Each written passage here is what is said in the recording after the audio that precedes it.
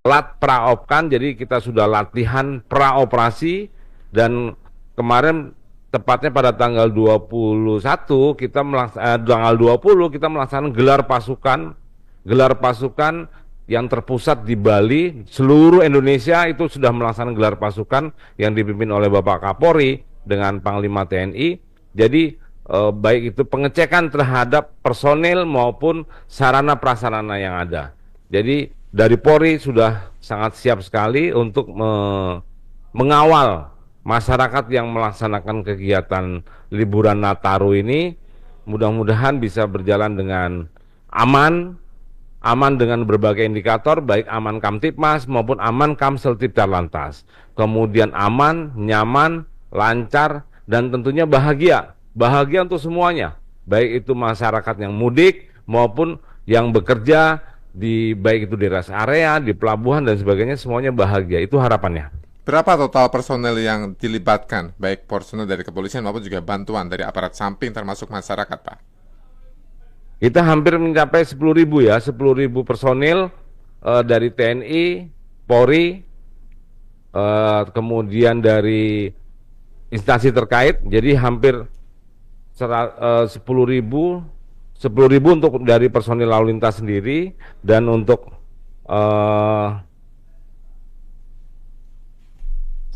Termasuk BPBD dan juga tim SAR BNPB dan segala juga ya, diturunkan BPD, ya, betul ya Pak ya? kemudian tepatnya adalah untuk personil yang dilibatkan dalam operasi ini hampir 139.000. Ini Wow. terdiri dari Mabes Polri itu, Mabes Polri, dari Polda jajaran itu 74.000 dan instansi terkait itu 64.000. Jadi cukup banyak. Ya, dengan harapan adalah semuanya aman, lancar, masyarakat juga bahagia. Tadi itu bahagia itu poin sangat penting. Nah, Ya, dengan perkembangan yang ada Pak, kita tahu teknologi sudah ada di jalan raya, baik ya. dimiliki oleh pemerintah melalui kementerian ataupun juga lembaga, termasuk juga BUMN, termasuk yang dimiliki oleh kepolisian sendiri. Apa yang dilakukan untuk memanfaatkan teknologi itu untuk guna kelancaran dan juga kebahagiaan masyarakat yang bermobilitas?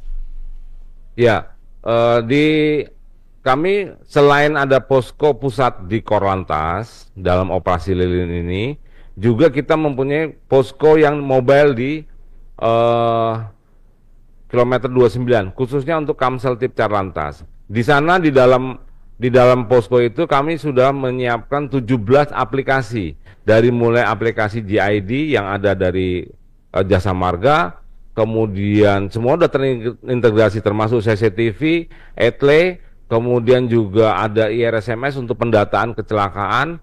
Kemudian kita menyiapkan juga peralatan TAA, Traffic Accident Analysis, di setiap Polda, dan termasuk juga kemarin dari Baharkam itu sudah menyiapkan bersinergi dengan jalan tol, dan kita ambulan udara. Jadi Hmm. itu beberapa sarana prasarana yang disiapkan oleh Polri dalam mendukung apa yang disampaikan oleh Bapak Presiden untuk pengamanan Nataru ini harus bisa berjalan dengan aman, lancar, nyaman, dan bahagia. Bahagia, poin penting Nah, itu bahagia. Ini intinya di baru hal yang baru Pak soal helikopter udara tadi, ambulans udara ya, lebih ya, tepatnya. Kemarin ya. sempat diuji cobakan, kami juga melakukan peliputan. Hasilnya bagaimana Pak? Ya, itu nanti itu kerjasama dengan Basarnas dan khususnya dengan pengelola jalan tol ya, apabila terjadi kecelakaan di jalan tol yang akses untuk penanganannya itu eh, agak sulit, maka menggunakan mekanisme yang sudah kita buat, Mas. Ya, Mekanisme sudah kita buat. Kemudian ini semata-mata untuk golden period dari korban laka itu harus cepat. Karena hanya beberapa detik penanganan, kalau salah penanganan dalam PPGD-nya, maka itu fatal akibatnya terhadap korban laka lantas. Demikian, Mas. ya, mudah-mudahan jadi opsi Pak ya untuk keselamatan tadi di Salah masa satu. urgent Ya. golden period. Pak, ada masalah sebenarnya di gelombang laut, terutama di wilayah Selat Sunda dan juga Selat Bali, karena Samudra Hindia sekarang lagi bergejolak. Gelombangnya tinggi, laporan dari BMKG yang kami dapatkan pagi tadi. Sementara Ya. jika ada masalah gelombang tersebut bisa membuat jadwal atau rute perjalanan kapal penyeberangan baik ke Sumatera atau ke Bali dari Jawa ataupun juga sebaliknya bisa terganggu. Apa mitigasi, antisipasi ataupun juga rekayasa yang sudah dilakukan perencanaan oleh kepolisian berkaitan dengan tadi parkir yang bisa panjang terjadi di jalur tol Merak menuju ke arah Pelabuhan Merak, Pak? Ya, jadi sesuai dengan skema antisipasi kegiatan khususnya apabila emergency plan ada gelombang tinggi sehingga kapal tidak berhenti untuk menyeberang, maka untuk mengantisipasi penumpukan di dalam dermaga, kita sudah menyiapkan buffer zone. Buffer zone tadi yang saya sebutkan, buffer zone itu pertama ada di dermaga Merak, yang kedua ada di Ciwandan, yang ketiga ada di eh, Pelabuhan Indah Kiat, dan yang keempat ada di BBJ. Itu buffer zone itu bisa menampung rata-rata sampai 3.000-an kendaraan lah untuk masing-masing tersebut. Selain itu, untuk mengantisipasi yang di antrian di jalan tol supaya mereka tidak berhenti di jalan tol, itu mereka kita akan sekat atau kita delaying sistem di rest area di kilometer 68, kilometer 43 dan kilometer 14. Sehingga masyarakat bisa menunggu, mendelay pemberangkatan itu di masing-masing rest area, dan itu saling terkomunikasi antara Pelabuhan Merak kemudian dengan buffer zone dan rest area, sehingga masyarakat juga tetap bisa bisa menikmati apa yang ada di rest area tersebut. Kalau misalnya sudah ada yang terjebak di dalam jalan tol, itu nanti akan kita alihkan keluar Hmm. ke arah Serang Selatan maupun Cilegon Timur dan Serang Timur itu akan kita keluarkan sehingga masyarakat itu apabila ada kebutuhan pribadi yang tidak bisa diwakilkan itu masih ada lokasi-lokasi tersebut, begitu Mas. Ya, ini saya mau tanya tentang jalur selatan, Pak ya, baik yang mau ke arah Bandung atau Garut, ataupun yang menuju ke arah Sumpiuh, Yogyakarta, ataupun juga nanti sekaligus ya lanjut menuju ke arah Jawa Tengah bagian selatan. Jalur Ya, selatan kan banyak opsi, Pak. Kalau dari arah Jakarta bisa lewat jalur Puncak, Puncak 1, Puncak 2. Ada juga tol Jagorawi yang bisa nyambung nanti menuju ke arah Sukabumi atau menuju ke arah Cianjur. Termasuk ya, yang bisa melintas di tol Bocimi yang bisa menuju ke arah Sukabumi Kota. Ada juga opsi yaitu tol Cisumdawu yang bisa menghubungkan menuju ke arah bagian selatan di Jawa Barat. Bagaimana pantauan terakhir? Apakah sudah cukup siap karena daerah tadi termasuk daerah yang rawan bencana dan juga kebencanaan, Pak Susanto? iya.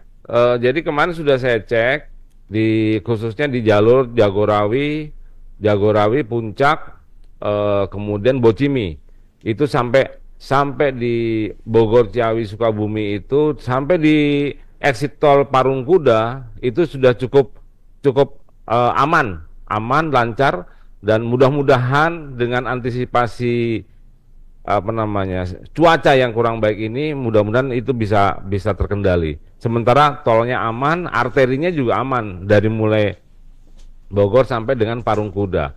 Nanti di Pasar Cibadak yang ke arah Sukabumi itu akan kita apabila terjadi peningkatan maka akan kita buat apa namanya rekayasa lalu lintas di situ. Demikian juga dengan yang ke arah puncak, baik itu di kita antisipasi kita tempatkan personil di dari mulai Pasar Megamendung, kemudian Pasar Cisarua dan sampai di tempat eh, Taman Wisata Taman Matahari. Safari. Ya, Ya. demikian juga yang ke arah Bandung dari mulai Cipularang, kemudian Padalenyi sampai dengan Cisumdawu itu sudah cukup aman.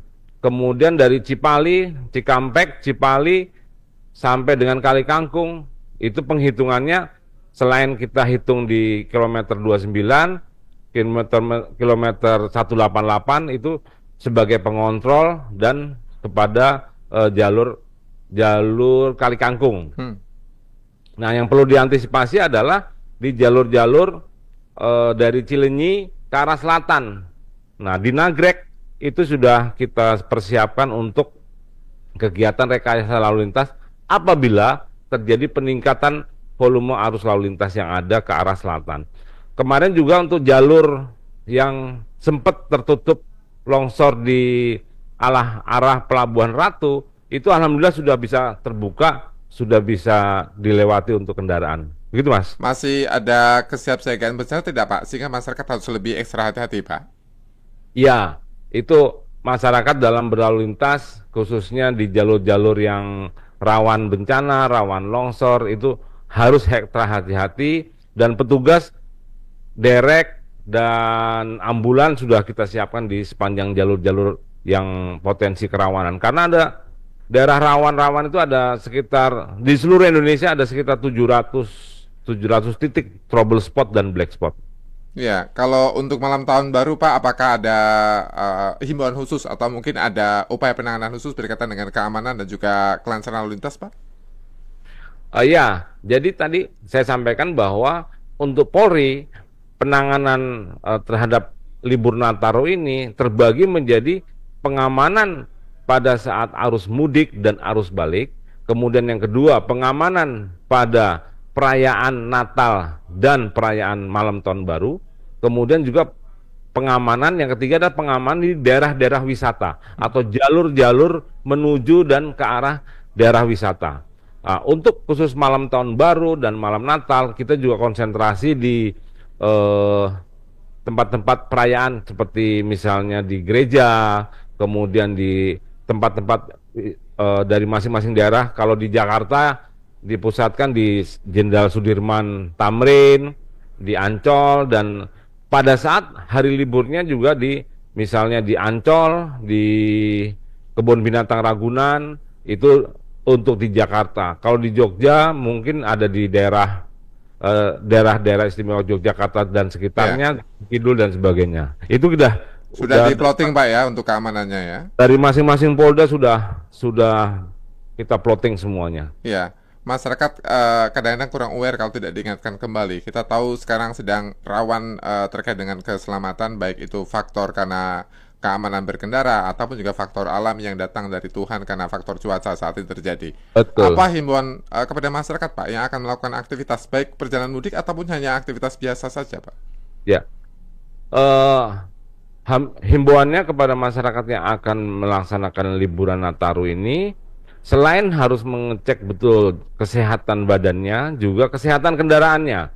Karena dari 3 hari 3 hari dari data laka yang ada, 3 hari operasi ini, itu hampir rata-rata eh, salah satu penyebabnya adalah faktor kelelahan, ya, faktor kelelahan pengemudi, ngantuk atau eh, ngantuk sehingga dia terjadi kecelakaan. Itu dari hasil analisa kita selama 3 hari terhadap kejadian kecelakaan yang ada. Sehingga himbauan kami selain cek kendaraan, cek badan, kemudian juga antisipasi, monitor terus aplikasi-aplikasi yang ada dari BMKG, informasi dari petugas, dari NTMC, dari Dip Humas Polri, sehingga masyarakat bisa antisipasi betul terhadap berlalu lintas yang ada. Kalau kalau capek, lelah, istirahat. Dalam 2 jam berkendara itu harus istirahat. Rest area, pos pengamanan, pos pelayanan dari kepolisian itu sudah tersebar mulai dari Jakarta sampai ke arah timur maupun di sepanjang Sumatera. Demikian himbauan Nah, dari. kadang-kadang masalahnya adalah rest area, Pak. Masyarakat tuh suka favorit dengan rest area tertentu sehingga Ya, memaksakan untuk masuk ke rest area itu karena dianggap nyaman dan juga lengkap fasilitasnya. Apa ya. yang perlu diantisipasi buat masyarakat yang kadang-kadang masih punya habit seperti itu, Pak Santoso? Ya, jadi kemarin dari awal kita sudah koordinasi dengan pengelola rest area tersebut, maka tadi kita sudah ada aplikasi RAMS namanya, Rest Area Management System. Kita bisa melihat jumlahnya, kan begitu ya. Dan kadang-kadang juga masyarakat itu suka apa namanya, hobi kepada rest area tertentu ya. Kalau terhadap hajat yang tidak bisa diwakilkan, saya rasa harusnya eh, di rest area ada beberapa icon gitu Ya, ya. Nah, silakan bisa dipilih. Yang penting bisa tersalurkan dulu hasratnya kan gitu ya. ya. Kalau hanya buat buang air kecil atau besar ya silakan gunakan yang kecil pun nggak masalah, Pak ya. Ya, betul. Jadi Terus, masyarakat tidak, tapi biasanya kan jadi macet karena masyarakatnya parkir di luar itu Pak. Boleh tidak? itu tidak boleh. Jadi kapasitas masing-masing rest area itu sudah terhitung. Jumlahnya berapa jumlah kendaraan. Nah, nanti di pintu masuk dan pintu keluar itu petugas kita sudah ada. Petugas dari kepolisian dengan dibantu dari instansi terkait dan dari petugas rest area itu sendiri sudah mengatur di situ. Tidak boleh ada yang parkir di sepanjang bahu jalan tol karena itu sangat berbahaya. Hmm. Kemudian kadang-kadang masyarakat gini juga, dia merasa badannya itu sehat, fit, padahal di dalamnya itu udah ngantuk nih. Pokoknya kalau udah 2 jam berkendara, mau tidak mau harus istirahat. Itu untuk menghindari microsleep dan lain sebagainya. Itu salah satu upaya untuk menghindari. Sekali lagi, saya menghimbau selaku Dirgakum Korlantas Polri, menghimbau kepada masyarakat, kalau lelah istirahat. Jangan jangan dipaksakan. Itu sangat berbahaya. Baik itu membahayakan diri sendiri maupun diri orang lain, kan begitu ya? Ya, ini ada pertanyaan satu Pak dari Pak Abdul di Bogor. Pertanyaannya adalah apakah ada ganjil genap di tol menuju Kali Kangkung? Dan pertanyaan kedua adalah apakah ada penilangan etle Pak? Etle tetap jalan. Untuk etle tetap jalan. Titik-titiknya sudah kita persiapkan semua. Itu di tiap-tiap kota itu harapan nanti sudah terpasang semua dan di kilometer 29 kita sudah ada monitoring untuk etle. Jadi data pelanggarannya juga masuk terus ini. Ya mudah-mudahan sih kalau saya berharap pelanggarannya semakin menurun ya. Ya kan? Terus untuk ganjil genap itu kita terapkan di daerah-daerah tertentu seperti di Semarang ABC misalnya gitu. Kemudian di Kali Kangkung enggak, mungkin di Semarang ABC dalam kota, Ya. dalam kota. Itu untuk mengurangi kepadatan arus saja. Tol Kerapiak ya Pak ya, yang mau keluar ke Ya, arah betul. tol Semarang Kota. Yes. Mudah-mudahan masyarakat bisa lebih aware, karena kami juga tahu kerjaan dari teman-teman Korlantas luar biasa banyak. Nggak ada liburnya kali ini ya, nggak ada acara Natal atau Tahun Baruan ya buat Pak Santoso ya. Ya, ini demi masyarakat seluruhnya. Nah, buat kita semua, mudah-mudahan kita tetap kerja melayani dengan tulus ikhlas kan gitu, sesuai dengan moto moto kita nih, Tribrata itu, melaksanakan tugas dengan penuh keikhlasan kan gitu ya. Amin. Mudah-mudahan semangat buat kerjanya hingga nanti ketemu Tahun Baru. Terima kasih Pak Santoso. Amin. Ya, Selamat makasih. bertugas ya. Selamat pagi. Selamat pagi. Terima kasih juga untuk teman-teman di Korlantas Polri. Untuk Anda yang akan mudik, pastikan Anda terus memperhatikan apa yang sudah disiapkan oleh pemerintah, termasuk adalah aplikasi yang bisa Anda gunakan guna memastikan bahwa perjalanan Anda selamat sampai tujuan. Dan jangan lupa ya, bahagia ujungnya. Jangan kemudian memaksakan diri, justru membahayakan diri kita ataupun juga orang lain.